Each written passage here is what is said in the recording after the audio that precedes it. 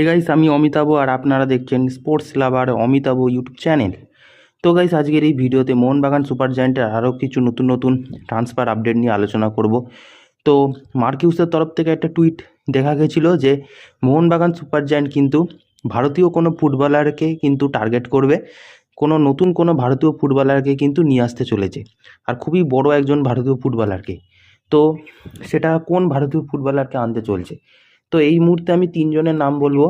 এক হচ্ছে রহিম আলী, দুই হচ্ছে ঈশান পান্ডিতা, আর 3 নম্বর হচ্ছে জেকসন সিং। তো আমি জিকসন সিংকে একটু বাদই রাখলাম, কারণ জিকসন সিং হচ্ছে মিডফিল্ডার, আর মিডফিল্ডার অপশানে প্রচুর আছে।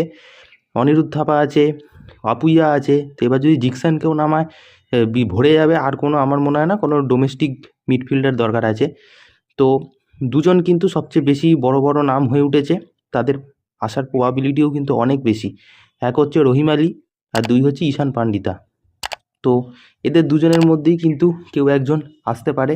বাট রহিম আলীর কথা যদি বলি, রহিম আলীর সাথে কিন্তু রহিম আলীকে কিন্তু আরও ক্লাবও অফার করেছে, যেমন মোহনবাগান, পাঞ্জাব, আবার ওড়িশা এফসি। তো ওড়িশা এফসি আর মোহনবাগান কিন্তু একদম একই জায়গায় আছে। তো আর ঈশান পান্ডিতাকেও কিন্তু মোহনবাগান অফার করে রেখেছে। তো এবার দেখার বিষয় যে কোন প্লেয়ারটা আসে। আমার তো পার্সোনালি ঈশান পান্ডিতাকে খুব ভালো লাগে।